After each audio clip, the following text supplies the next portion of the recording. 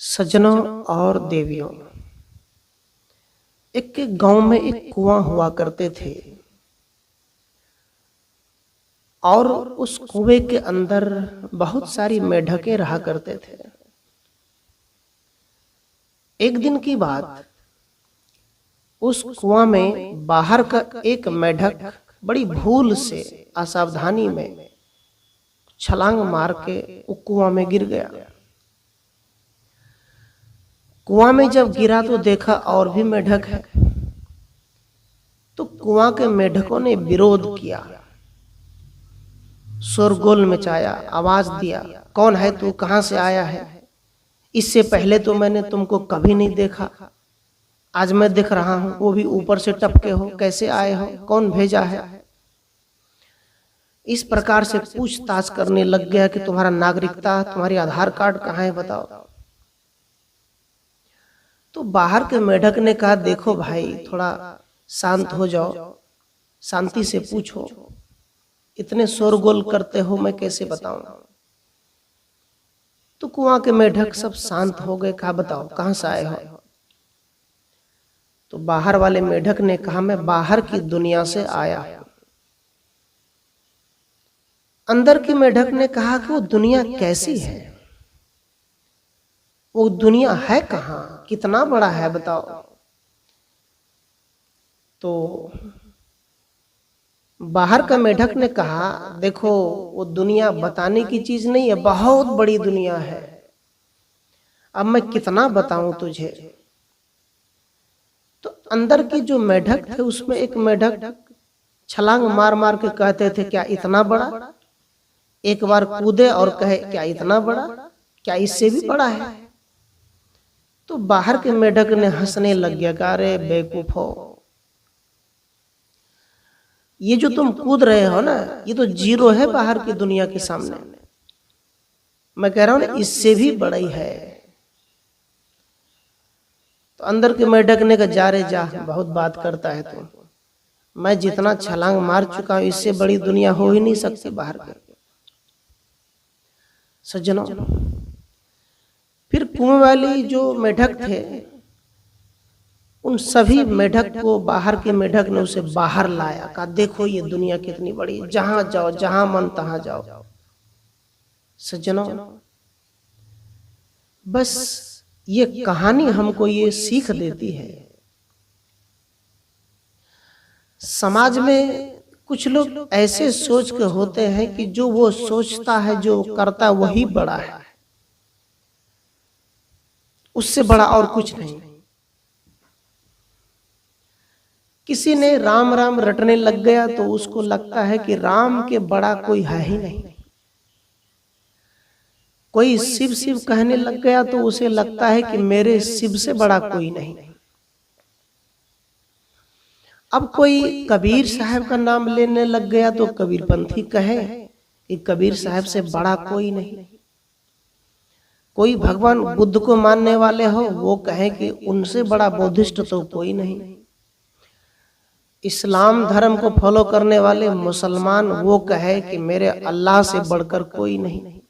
अब आप कहो कि मेरा ही बाप सबसे बड़ा है, ये तो हंसने की बात है। बाप तो बाप और सबके बाप होते हैं, और अपने अपने जगह पर सबके बाप बड़े होते हैं। सज्जनों, यहां ये कहानी ये सीख देते हैं, ये पकड़ कर मत बैठ जाओ कि मेरा राम सबसे बड़ा है, वो परमात्मा है। याद रखना, राम भी दुनिया से चले गए राम, लक्ष्मण सीता सब। ये मत सोचो कि मैं जितना जानता हूं वही बड़ा है, तुम्हारे से भी कोई बड़े हैं, है ना, एक से एक है। सज्जनों, याद रखना, ये जितने भी नाम है, साहब कबीर कहते 34 अक्षर से निकले जोई, पापुन जानेगा सोई। सोई कहनता सोई होगे, ते निकलेगी बाहर अब, हो हजूर ठाड़ कहत हो थो, ते क्यों धोखे जन्म गवाओ। कबीर साहब कहते कि 34 अक्षर से बाहर निकलो, 52 अक्षर से बाहर निकलो। इसमें ओम आता है, शिव आता है, महादेव आते हैं, कृष्ण आते हैं, राम आते हैं। ये नाम है, उपकरण है ना। साहेब कहते हैं इन नामों से परे, इन नामों से अलग है तुम्हारा नाम।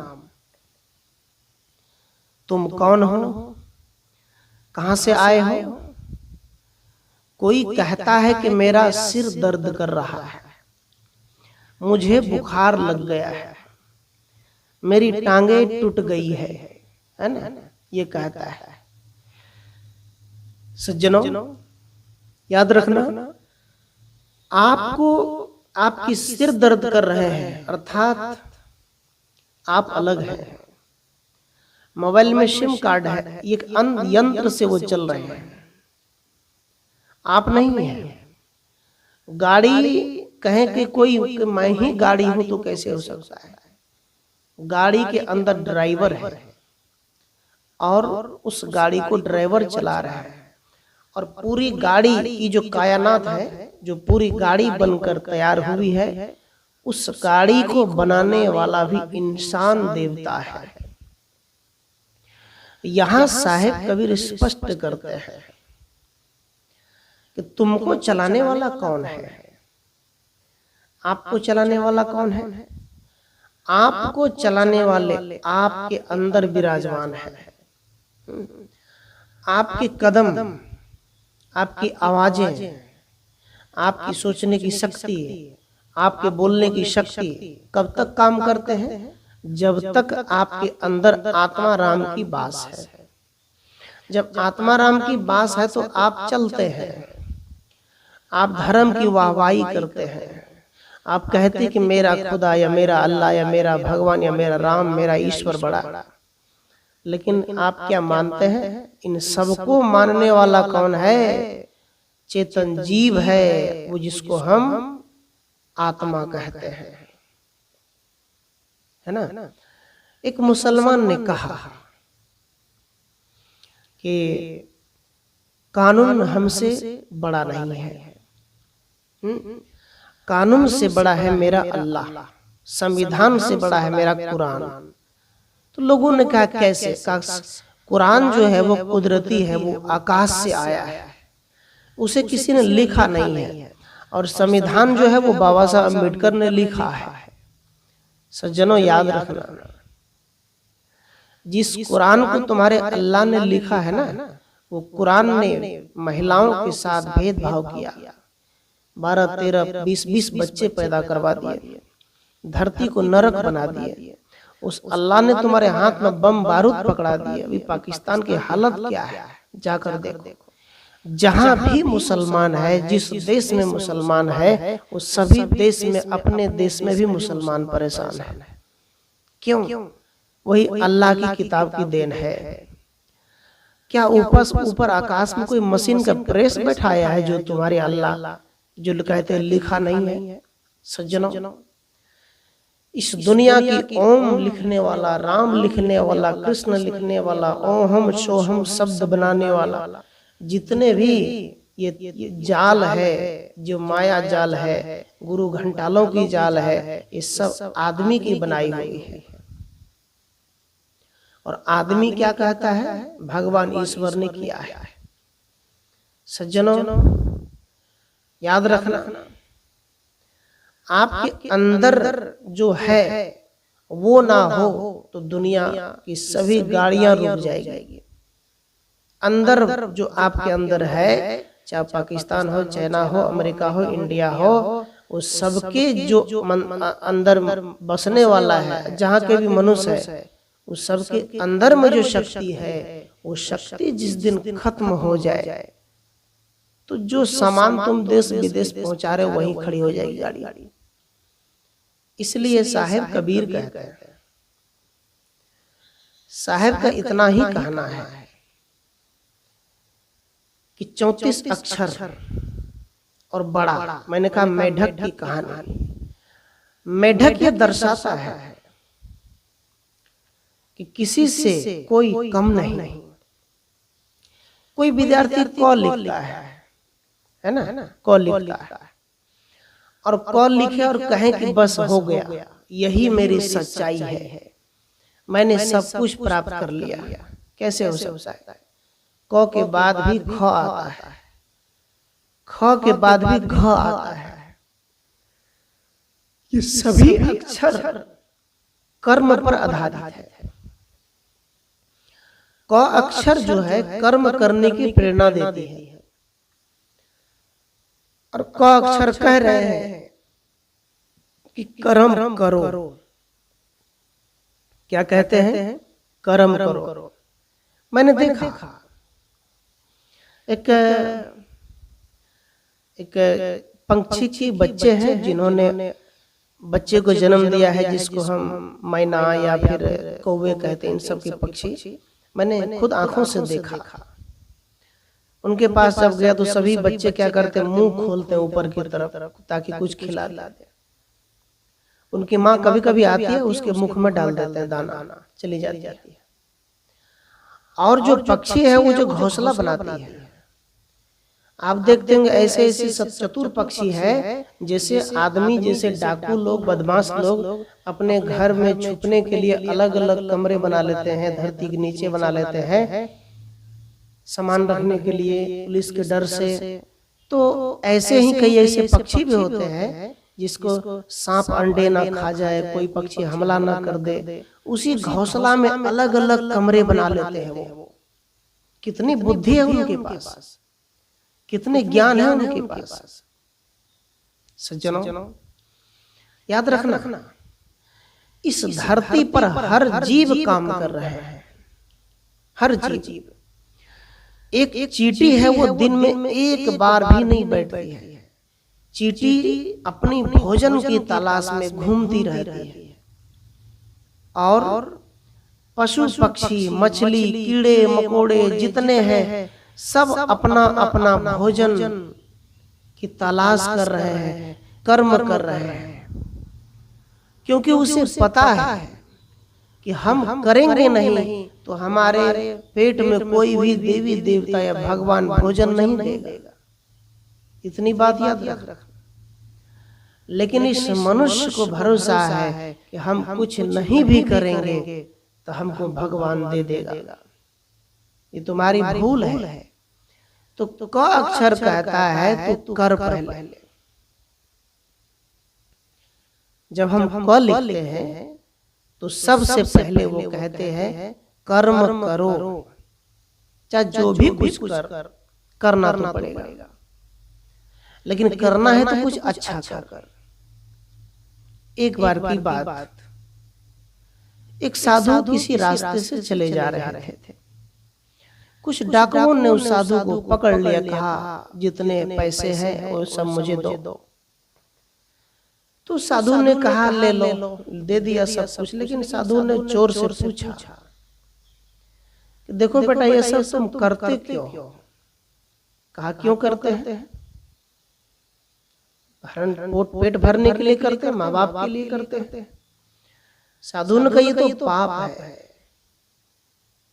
कहा एक बात बताओ, ये जो तुम मेरे पैसे ले रहे हो, जाओ तुम, ये पाप हो रहा है। अपने माँ बाप से पूछना कि माँ, जो पाप मैं कर रहा हूँ, जो पैसे मैं चुरा कर लाया हूँ, तुमको दिया हूँ, क्या ये पाप को तुम काटोगी? माँ बाप ने कहा हम क्यों काटे बेटा, तुम बच्चे थे तो हम तुमको पढ़ाई लिखाए खिलाए, हम तुम्हारा ध्यान रखे। अब हम बूढ़ी हो गए तो तुम हमको खिलाओ, ये तो बदला है। कल हम किए, आज तुम करो मेरा सेवा। पत्नी के पास गया, पत्नी ने कहा जी हम क्यों तुम्हारे पाप काटे, आपने हमसे शादी किया है और आपका धर्म है कि आप मुझे खिलाओ कमा कर।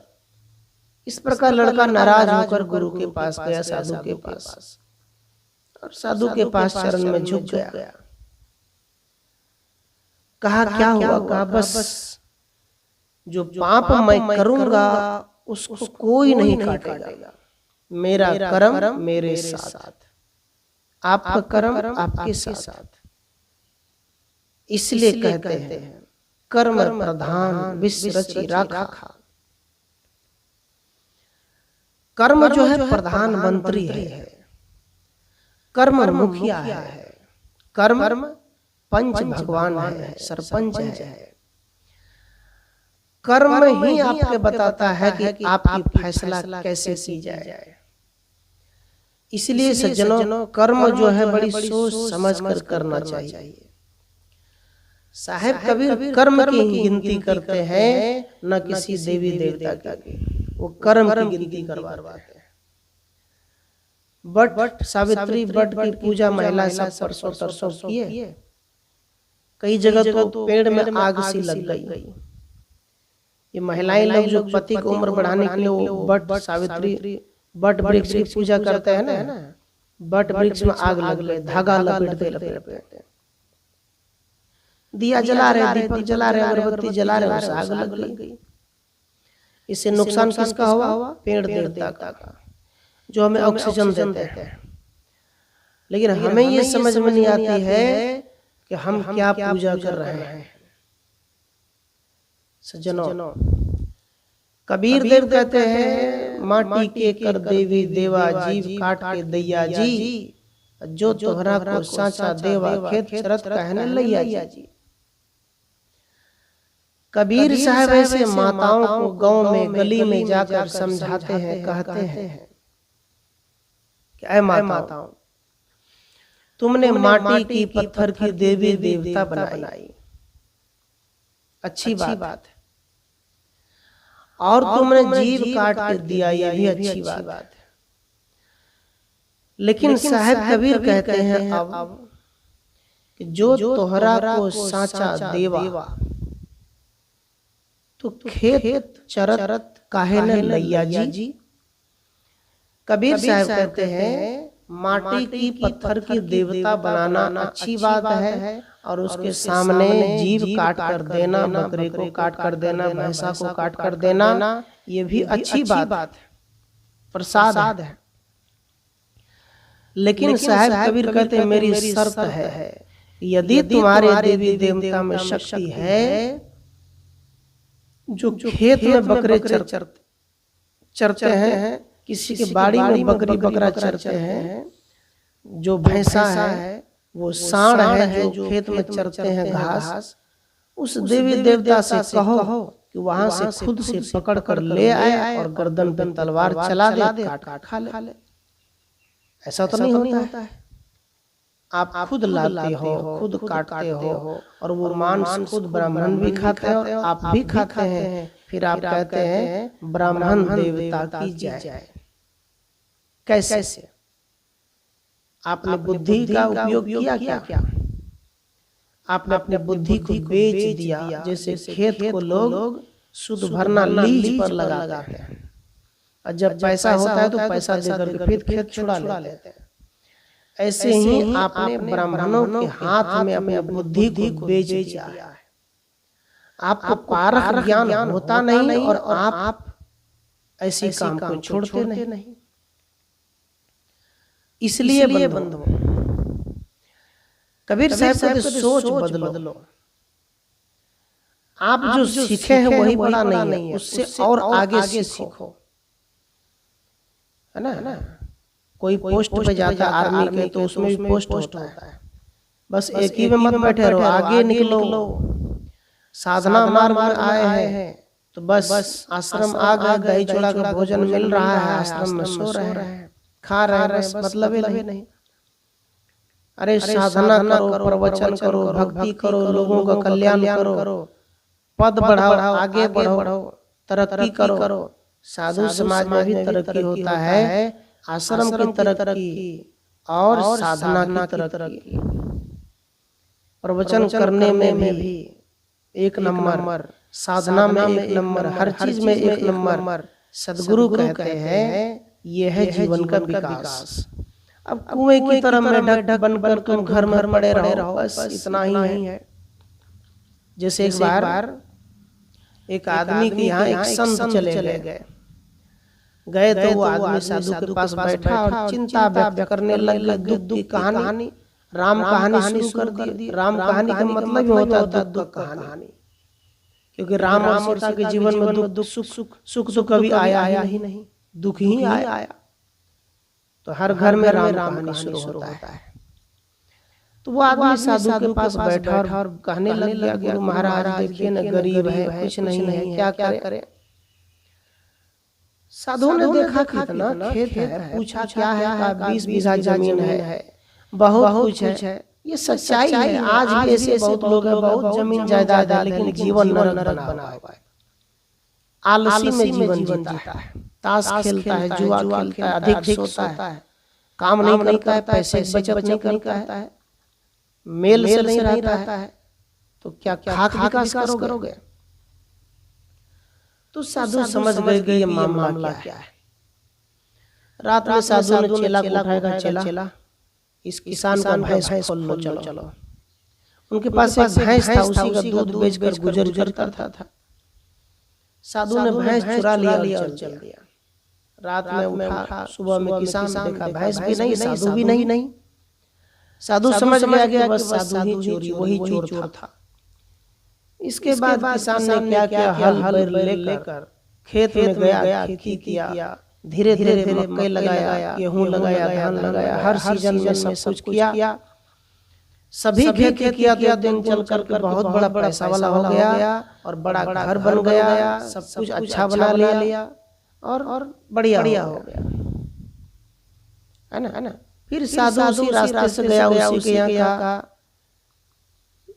यहाँ मुझे रात रुकना है। वो आदमी ने कहा नहीं, आप तो चोर है, आप मेरा भैंस चुरा कर ले गए, पहले पैसा दो।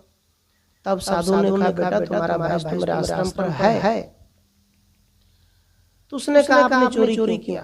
कहा देखो चोरी मैं इसलिए किया, तुम्हारे पास 20 बीघा जमीन होने के बाद भी तुम जो है परेशान, दुखी हो, चिंतित हो, गरीब हो। तब मैंने सोचा कि इस गरीबी के कारण केवल ये भैंस है। तब मैंने भैंस चोरी की। और देखो भैंस चोरी करने के बाद तुमने कितना बड़ा धनवान हो गया, काम किया, मेहनत किया। सज्जनों, इसी प्रकार आप लोग भी कभी कभी खैनी, बीड़ी, तंबाकू पकड़ लेते हैं, गांजा पकड़ लेते हैं, शराब पकड़ लेते हैं। आप लोग भी ऐसे छोटे छोटे काम करके बहाने बनाते हैं, भगवान की कृपा होगी तो कमाएंगे। साधु आपके पास आते हैं आपकी अज्ञानता को भरने के लिए, आपको आगे बढ़ाने के लिए, आपको मजबूत बनाने के लिए, आपको अच्छा बनाने के लिए आते हैं।